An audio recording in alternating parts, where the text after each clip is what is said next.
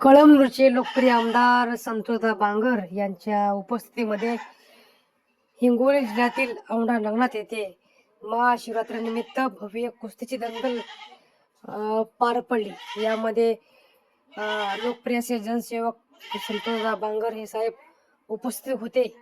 यावेळी मोठ्या प्रमाणामध्ये दंगल आणि तुम्ही पाहू शकता व्हिडिओमध्ये खूप छान प्रकारे यामध्ये कुस्तीचा हा दंगल ही पार पडली आणि यामध्ये अनेक असे पैलवान या ठिकाणी आले होते आणि कळमनुरचे लोकप्रिय आमदार संतोषदादा बांगर यांनी प्रत्येकानं आपल्या कारागिरीचा आपल्या पैलवानीचा त्यांना बक्षीस स्वरूपात त्यांनी काम केले।